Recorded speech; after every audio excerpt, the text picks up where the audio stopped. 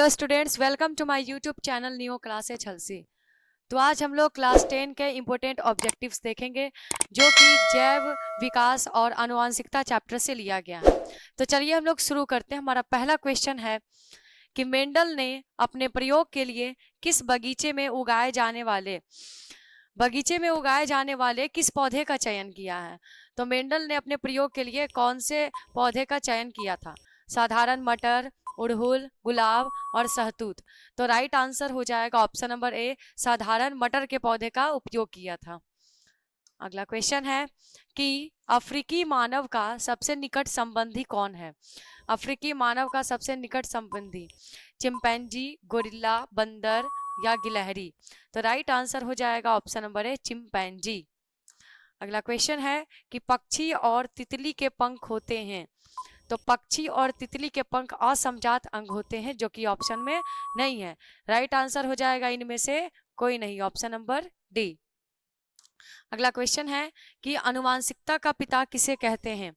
Darwin को, Harold यूरे को, Mendel को या सिडने फॉक्स को। तो आनुवंशिकता का पिता किसको बोलते हैं? मेंडल को बोलते हैं। Option number C right answer हो जाएगा। नेक्स्ट क्वेश्चन देखते हैं कि प्राकृतिक चुनाव द्वारा प्राणियों का विकास किसका मत है? तो कहा गया है कि प्राकृतिक चुनाव द्वारा प्राणियों का विकास यह किसका मत है? डार्विनवाद का, ओपैरिन का, लैमार्कवाद का या मिलन और हैरल्ड यूरे का। तब ये डार्विनवाद कहता है, डार्विनवाद का है कि प्राकृतिक चुनाव द्वारा प्राणियों का विकास यह किसका मत है? तो डार्विन का मत है, डार्विनवाद का। अगला क्वेश्चन देखते हैं कि एक ही प्रजातियों के बीच आपस में प्रजनन क्या कहलाता है? अंतः प्रजनन, अंतर प्रजनन, बाह्य प्रजनन या इनमें से कोई नहीं। तो एक ही प्रजातियों के बीच में प्रजनन क्या कहलाता है? अंतः प्रजनन कहलाता है।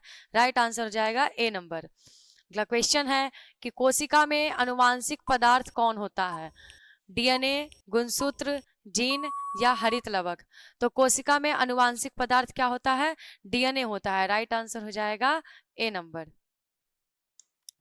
नेक्स्ट क्वेश्चन है कि जीन शब्द की प्रस्तावना किसने दी थी? वाटसन, मेंडल, वेंडेन या जॉनसन। तो जीन शब्द की प्रस्तावना जॉनसन ने दी थी। राइट आंसर हो जाएगा डी नंबर।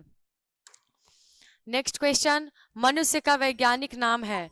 होमो इरेक्टस, होमो हैबिलिस, होमो सेपियंस या इनमें से कोई नहीं। तो मनुष्य का वैज्ञानिक नाम क्या है? होमो सेपियंस है। राइट आंसर हो जाएगा सी नंबर। नेक्स्ट क्वेश्चन देखते हैं कि मनुष्य में लिंग गुणसूत्र होते हैं। मनुष्य में लिंग गुणसूत्र होते हैं एक्स एक्स, एक्स वाई, दोनों या इनमें से कोई नहीं।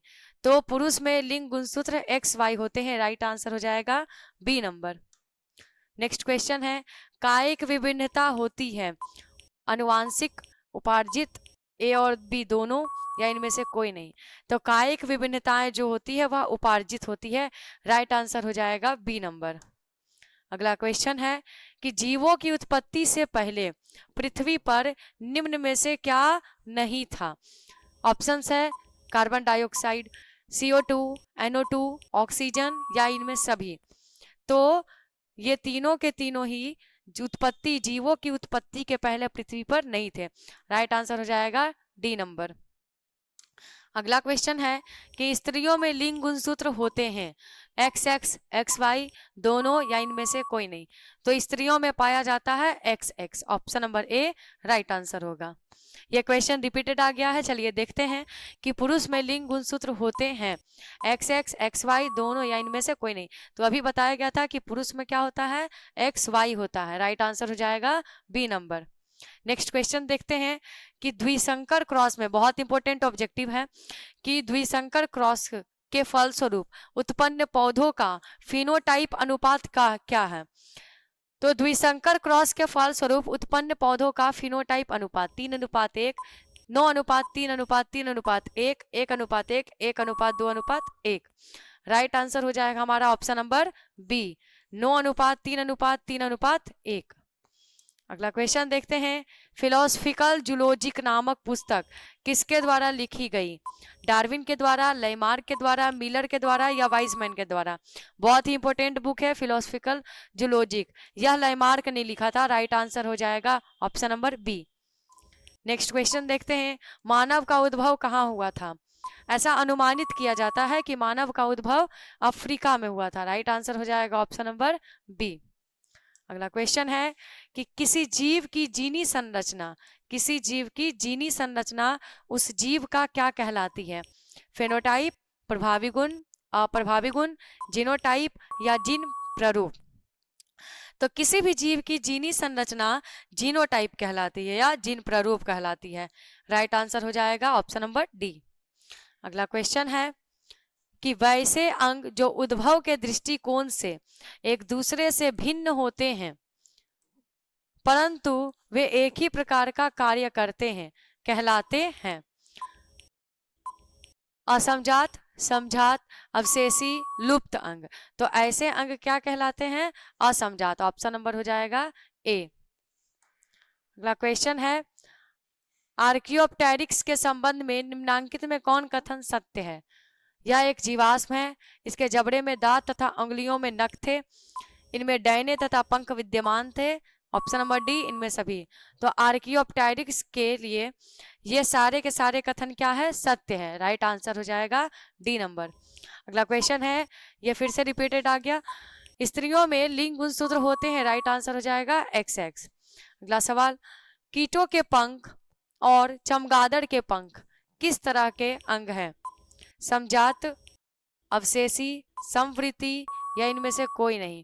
तब यह कैसे अंग है? समवृत्ति अंग है। राइट आंसर हो जाएगा सी नंबर। क्वेश्चन है, जीव विज्ञान की वह शाखा जिसके अंतर्गत विभिन्नता तथा आनुवंशिकता का अध्ययन किया जाता है कहलाता है? जीवाश्म विज्ञान, भ्रूण विज्ञान, जीव विज्ञान, आनुवंशिकी। तो जिसके अंतर्गत आनुवंशिकता का अध्ययन किया जाता है वो क्या कहलाता है? आनुवंशिकी। राइट आंसर हो जाएगा डी नंबर। अगला क्वेश्चन है, वातावरण के प्रभाव, भोजन के प्रकार, उपस्थित अन्य जीवों के स्थान, परस्पर व्यवहार के कारण जीवों में होने वाली विभिन्नताएं कहलाती है? जननिक विभिन्नता, कायिक विभिन्नता, आनुवांशिक विभिन्नता, इनमें सभी। तो राइट आंसर हो जाएगा ऑप्शन नंबर बी, कायिक विभिन्नता। हमारा अंतिम क्वेश्चन है कि प्रकृति योग्यतम तथा अनुकूल विभिन्नता वाले जीवों को चुन लेती है तथा अयोग्य एवं प्रतिकूल विभिन्नता वाले जीवों को नष्ट कर देती है। किसका कथन है? हेल्डेन का, वाइजमैन का, लेमार्क का या डार्विन का? तो प्रकृति योग्यतम तथा अनुकूल विभिन्नता वाले जीवों को चुनती है, ऐसा किसका सिद्धांत था? डार्विन का। ऑप्शन हो जाएगा डी, हो जाएगा राइट ऑप्शन। तो इस तरीके से आज हम लोगों ने इंपॉर्टेंट ऑब्जेक्टिव देखा। अगर आपको वीडियो अच्छी लगी होगी तो इसे लाइक, शेयर और हमारे चैनल पे नए हैं तो इसे सब्सक्राइब करना ना भूलें। Thank you.